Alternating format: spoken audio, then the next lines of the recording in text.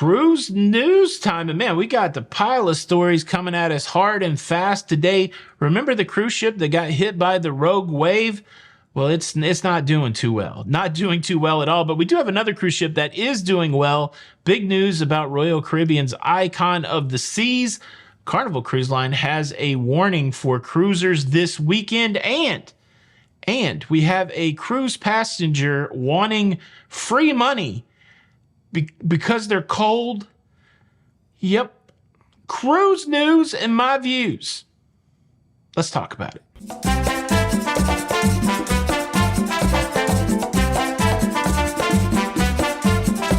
Hey, what's up, everybody? Welcome to La Lido Loca. I'm your host, Tony, here with the latest cruise news and views for your face. For your face on a Wednesday, January the 3rd, 2024. And well, let's get right into the cruise news. Cruise news story number one. Hurtigruten cruise ship MS Maud recently hit by a rogue wave, a wave that flooded the bridge, making the navigation of that cruise ship not possible from the bridge. All kinds of resources were mobilized to get this cruise ship to Bremerhaven, Germany, where they were able to disembark their passengers and get them back to safety. Well, now word has come out that the next two sailings of the MS Maud have been canceled, and these are pretty significant sailings. There's a sailing on January the 6th, a sailing on January the 20th, both 14-day sailings. They have been canceled so that the MS Maud can be repaired after this rogue wave incident. I feel like there's a strong connection between this story and the last story today. The overarching theme that you cannot control nature, Mother Nature, the weather, whatever you want to call it. Yeah, this is one of those deals. It's that cruise life. You don't expect your cruise to get canceled because a wave hit a cruise ship. Ships are supposed to be able to deal with waves, but not the MS Maud. Unfortunately, the right wave hit it at the right time, and now it's out of commission for close to a month. Yikes.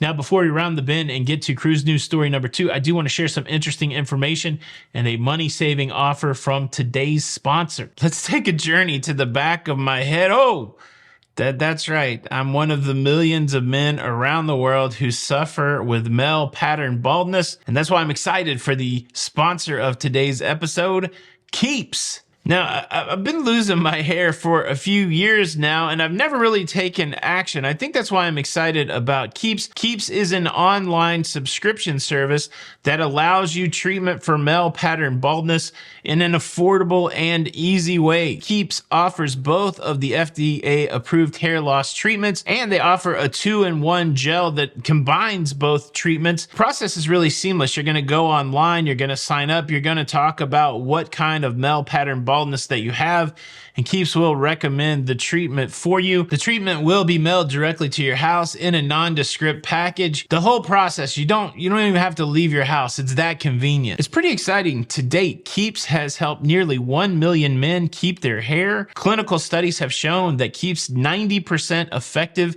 at treating hair loss and increased hair growth of up to 35%. And smartly, Keeps is more than just a provider of these clinically proven treatments. They round out the whole hair care aspect for men by offering hair thickening shampoo, conditioner, and a styling pomade. Keeps has over 4,500 5-star reviews with both before and after pictures, with Keeps customers noticing results within 6 months of starting treatments. And of course, there is a great deal for the Loca fam. If you gents out there want to try Keeps for yourself, the hair loss stops with Keeps.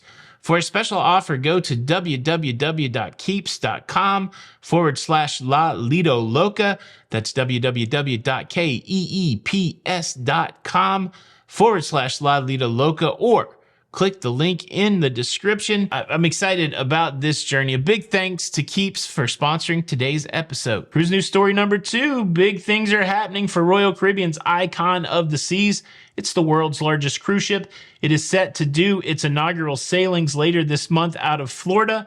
And well, it's got to get to Florida, and it's made it all the way to its first stop in the Caribbean, San Juan, Puerto Rico.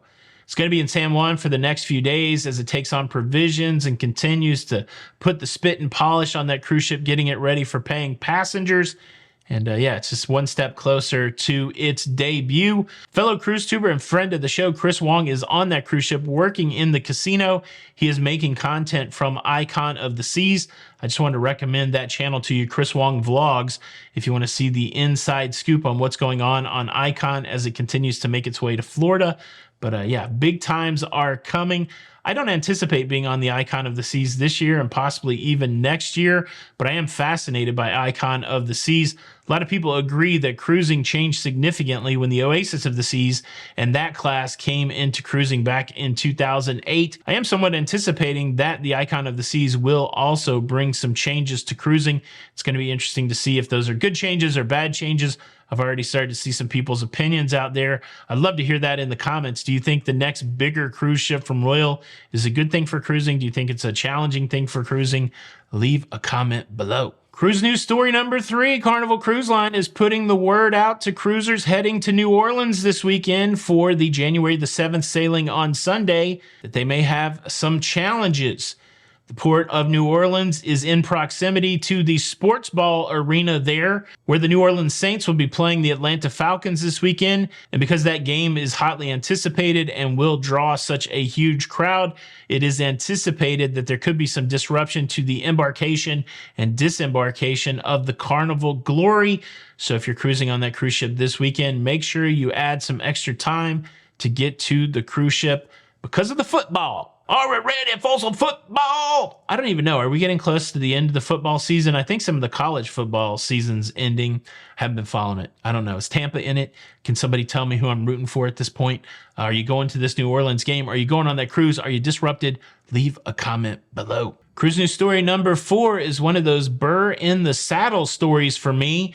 And I'm not even a cowboy. So why I have a saddle, that's my business, okay? But there's a burr in my saddle. It's one of those stories, a story relayed from a cruise ship entertainer to Carnival brand ambassador John Heald. This cruise entertainer was performing in one of the big theaters on a Carnival cruise ship singing a ballad when all of a sudden during the middle of the ballad, the person sitting in the front row pulled out their laptop, opened it, and started click, click, click, clacky on the keyboards.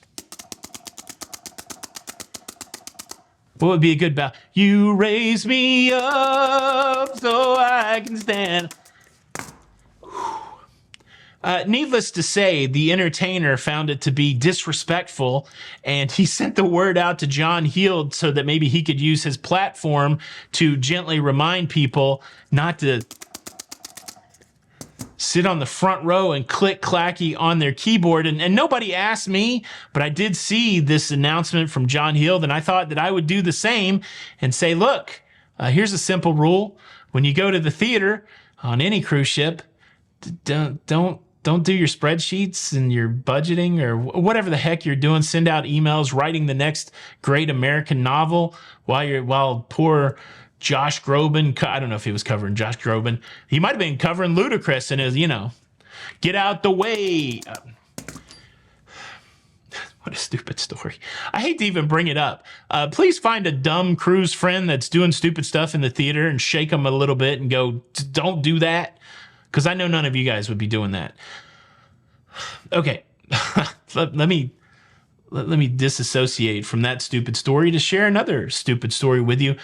Before I do that, let's cleanse the palate. Before I do that, let me quickly invite you to subscribe.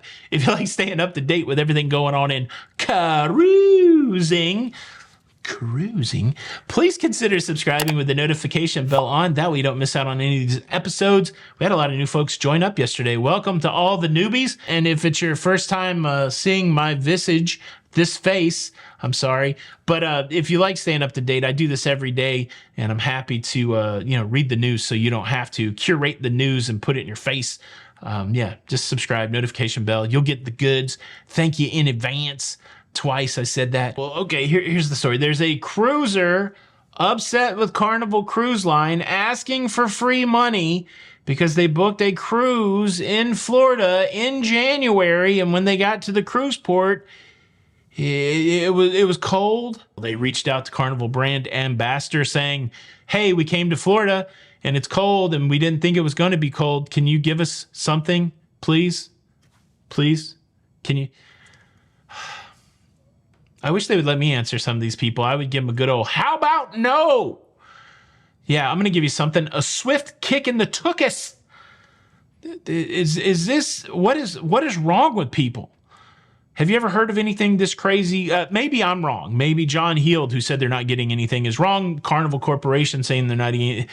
Let me throw it over to you. If you come to Florida and it's cold, should you get onboard credit on your cruise?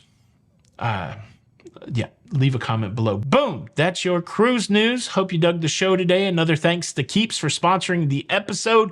If you could, do me a solid, hit that like button. This is Tony for La Lido Loca. And until the next time, we'll see you on the Lido. Bye. Cruise news.